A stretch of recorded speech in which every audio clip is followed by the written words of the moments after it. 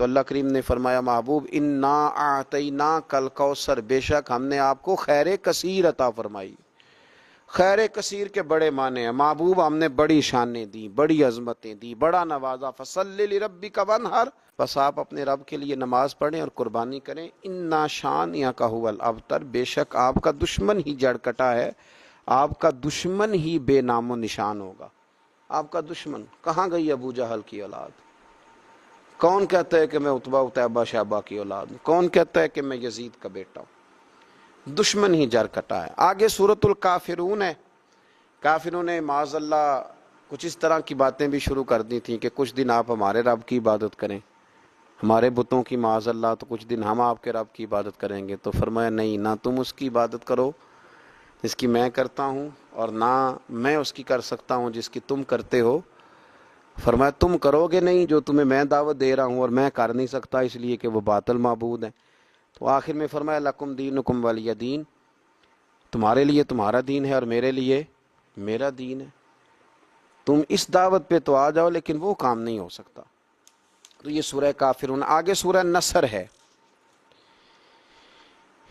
اس سورہ مبارکہ کے بارے میں اکثر مفسرین نے کہا کہ فتح مکہ کے موقع پہ آئی۔ کہا اذا جاء نصر اللہ والفتح، جب اللہ کی مدد اور فتح آ پہنچی، ورأیت الناس یدخلون فی دین اللہ افواجا، تو آپ دیکھ لیں گے لوگوں کو کہ وہ دین میں فوج در فوج داخل ہو۔ اور جب اللہ اتنی فتح دے تو پھر اللہ نے کیا سکھایا؟ فرمایا فسبح بحمد ربک واستغفر، پس اب اپنے رب کی حمد کرتے ہوئے اس کی پاکی بیان کریں اور اس سے بخشش کا سوال کریں۔ انہ کان توابا، بے شک وہ بڑا ہی توبہ قبول کرنے والا ہے۔ آگے سورۃ لہب ہے۔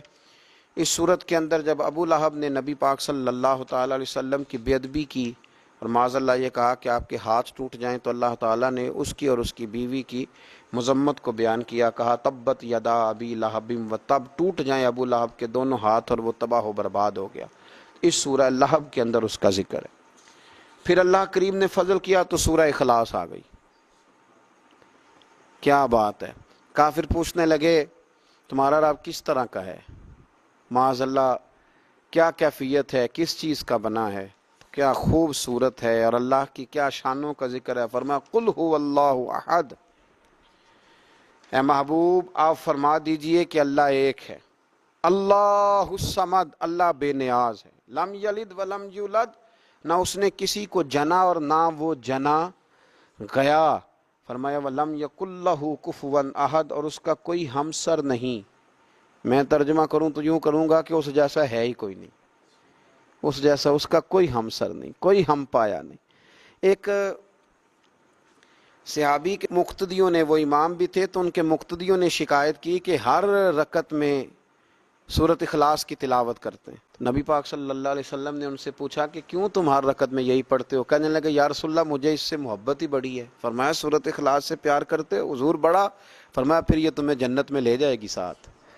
اور فرمایا جو اس سورہ مبارکہ کو 3 دفعہ پڑھے گا اللہ پورا قرآن پاک پڑھنے کا ثواب عطا فرمائے۔ قل هو اللہ احد، اے محبوب کہہ دو کہ اللہ ایک ہے۔ اللہ الصمد، اللہ بے نیاز ہے۔ لم یلد ولم یولد، نہ اس نے کسی کو جنا اور نہ وہ جنا گیا۔ ولم یکن لہ کفوا احد، اور اس کا کوئی ہمسر نہیں۔ آگے سورہ فلق اور ناس ہیں۔ اکثر مفسرین نے لکھا یہ دونوں صورتیں اکٹھی نازل ہوئیں۔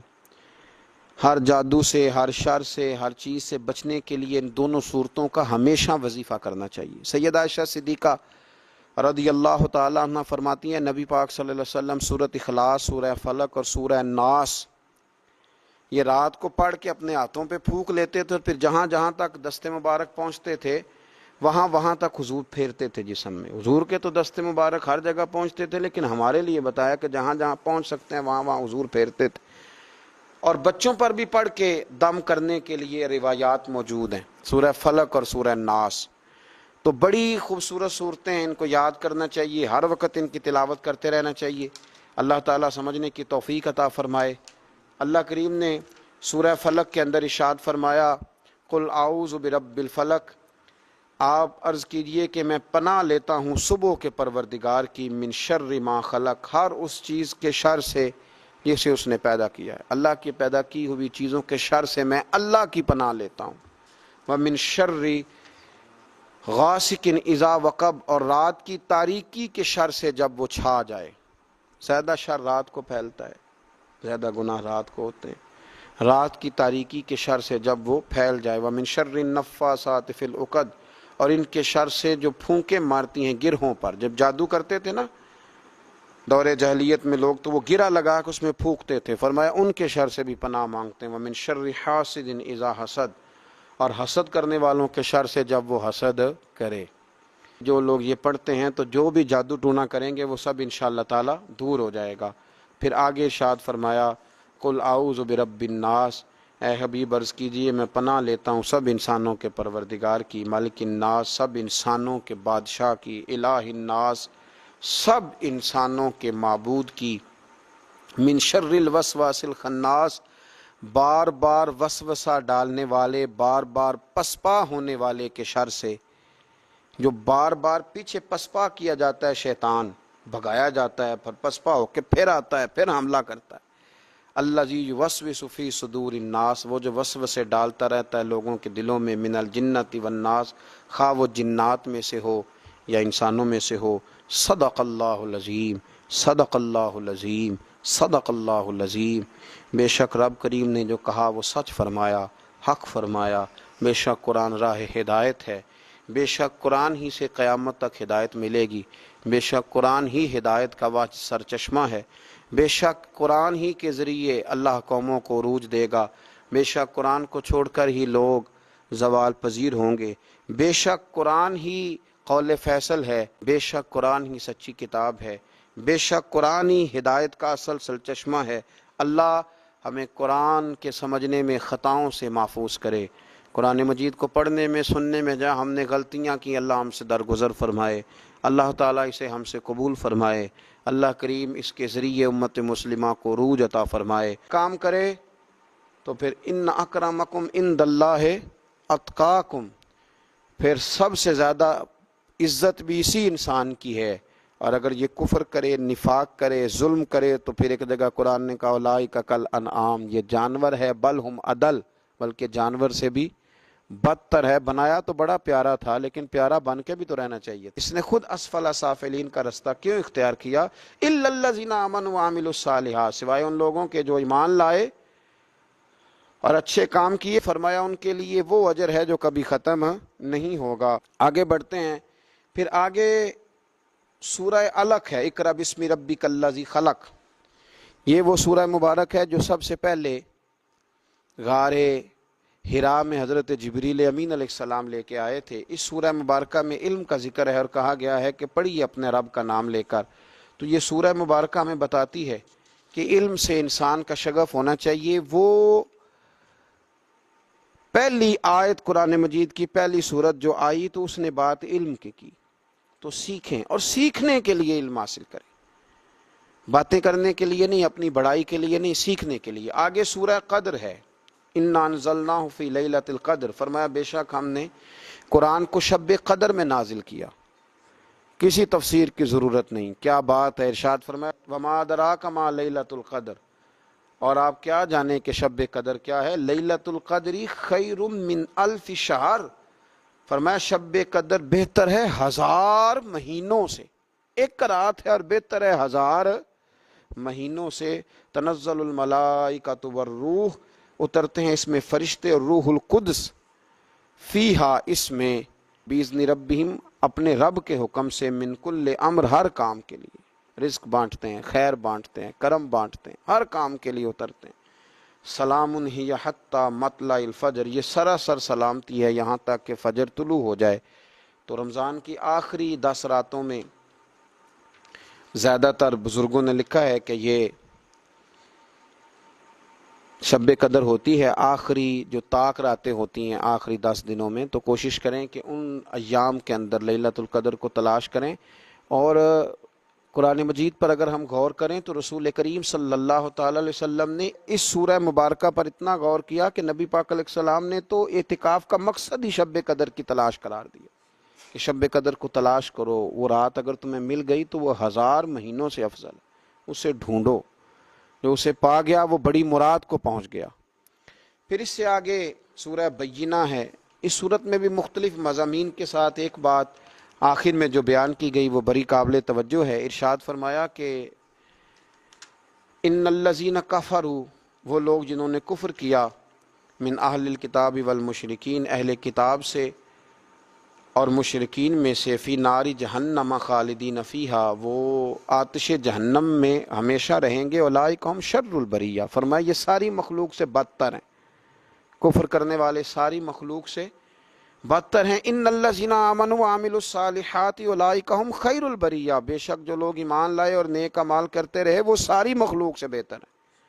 اور پیچھے جو سورۃ 3 میں ذکر آ رہا تھا، اس آیت نے اس کی مزید تفسیر کر دی، فرمایا جو مشرک ہو جائے، انسانیت کے اصول بھول جائے، جو کفر کرے، ظلم کرے، وہ ساری مخلوق سے بدتر، اور جو نیک کام کرے، اللہ اور اس کے محبوب کی اطاعت کرے، وہ ساری مخلوق سے بہتر ہے۔ جزاؤہم عند ربہم جنات، ان کی جزا ان کے رب کے پاس باغات ہیں، عدن تجری من تحتها الانہار، جو ہمیشہ رہنے والے ہیں، جن کے نیچے نہریں بہہ رہی ہیں، خالدین فیہا ابدا، وہ اس میں ہمیشہ رہیں گے۔ رضی اللہ عنہم ورضوا عنہ، اللہ تعالیٰ ان سے راضی ہوا اور وہ اللہ سے راضی ہوئے۔ ذالک لمن خشی ربہ، اس لیے کہ وہ اپنے رب سے ڈرتے ہیں۔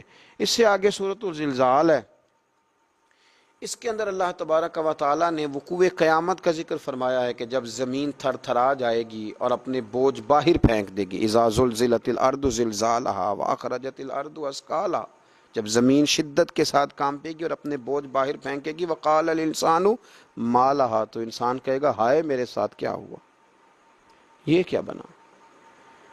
اس کا تو خیال تھا نا کہ ابھی بڑا دور ہے یہ رستہ، لیکن یہ کیا بنا، یہ سوچے گا۔ یومئذ تحدث اخبارہا، اس روز وہ بیان کر دے گی اپنے سارے حالات۔ بِأَنَّ رَبَّكَ أَوْحَىٰ لَهَا، بے شک آپ کے رب نے اسے یہی حکم بھیجا ہے۔ تو ارشاد فرمایا یومئذ یصدر الناس اشتاتا لیروا اعمالہم، اس روز پلٹ کے آئیں گے لوگ گروہ در گروہ تاکہ انہیں دکھائے جائیں ان کے اعمال۔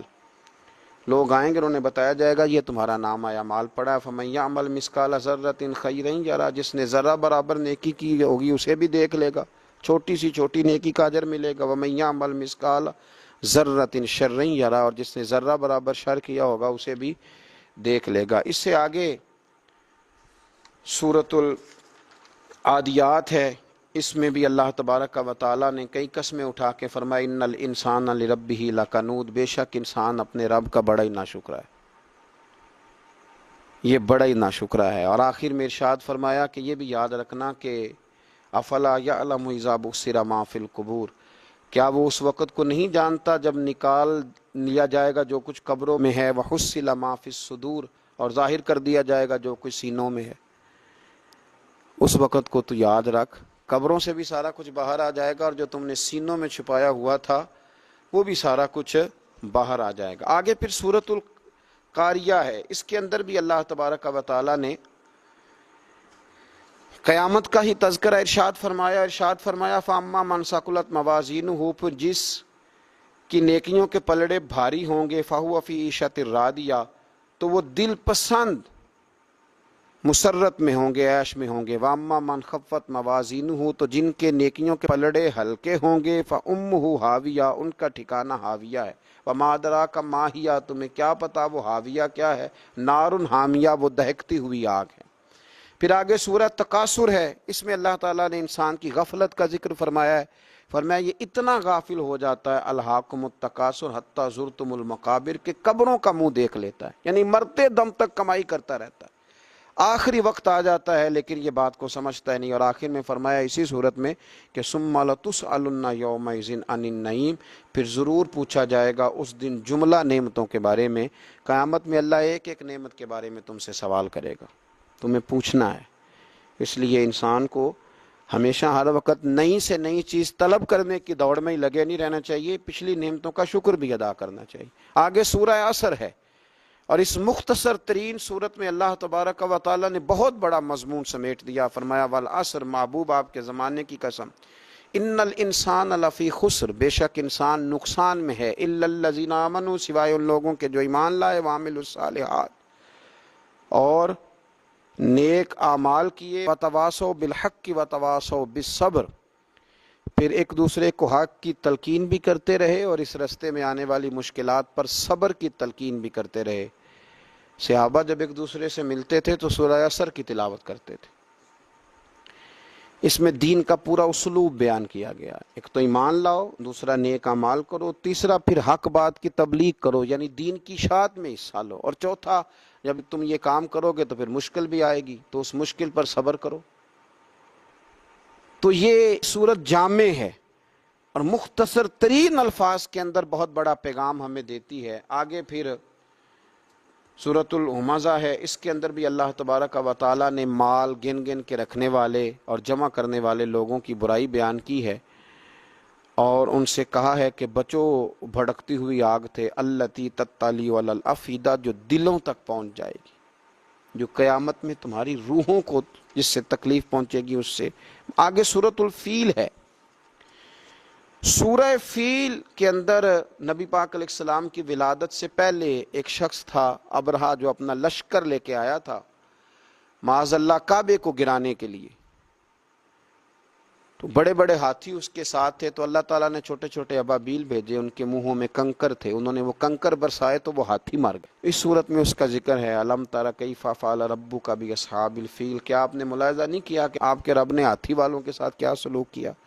آگے پھر سورہ قریش ہے۔ اللہ تعالیٰ نے سورہ مبارکہ کے اندر اہل قریش کو تنبیہ کی ہے کہ اللہ نے تمہیں بڑے بڑے تجارت کے موقع دیے، تمہارے لیے بڑی آسانیاں کی ہیں، الفت پیدا کی ہے، تو اب تم بھی اس طرح کرو کہ فَلْيَعْبُدُوا رَبَّ هَٰذَا الْبَيْتِ، اس گھر کے خانہ کعبہ کے رب کی عبادت کرو، یہ جو گھر ہے اس کا جو رب ہے، پھر تم بھی اس کی عبادت کرو، تمہیں اللہ نے بڑا نوازا ہے۔ الذی اطعمہم من جوع، جس نے رزق دیا ہے اور فاقے سے نجات دی ہے، وآمنہم من خوف، اور تمہیں فتنے اور خوف سے امن دیا ہے، تو تم بھی اب عبادت کرو نا۔ بہت سارے لوگ ہیں جو نعمتیں لیتے جاتے ہیں پر عبادت پر توجہ نہیں کرتے۔ میرے نبی پاک صلی اللہ علیہ وسلم نے فرمایا تم اللہ کے تھوڑے رزق پہ راضی ہو جاؤ، وہ بھی تمہاری تھوڑی عبادت پہ راضی ہو جائے۔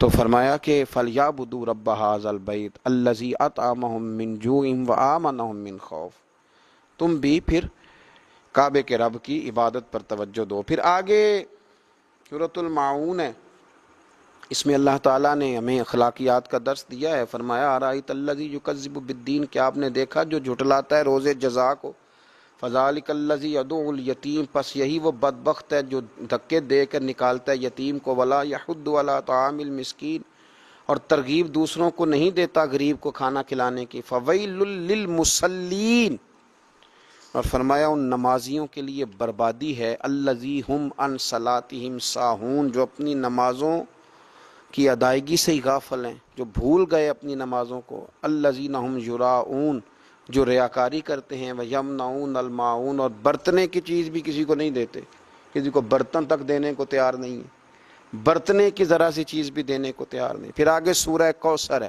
پھر میرے رسول پاک کی شانوں کا ذکر فرمایا، پھر حضور کی عظمتوں کا بیان۔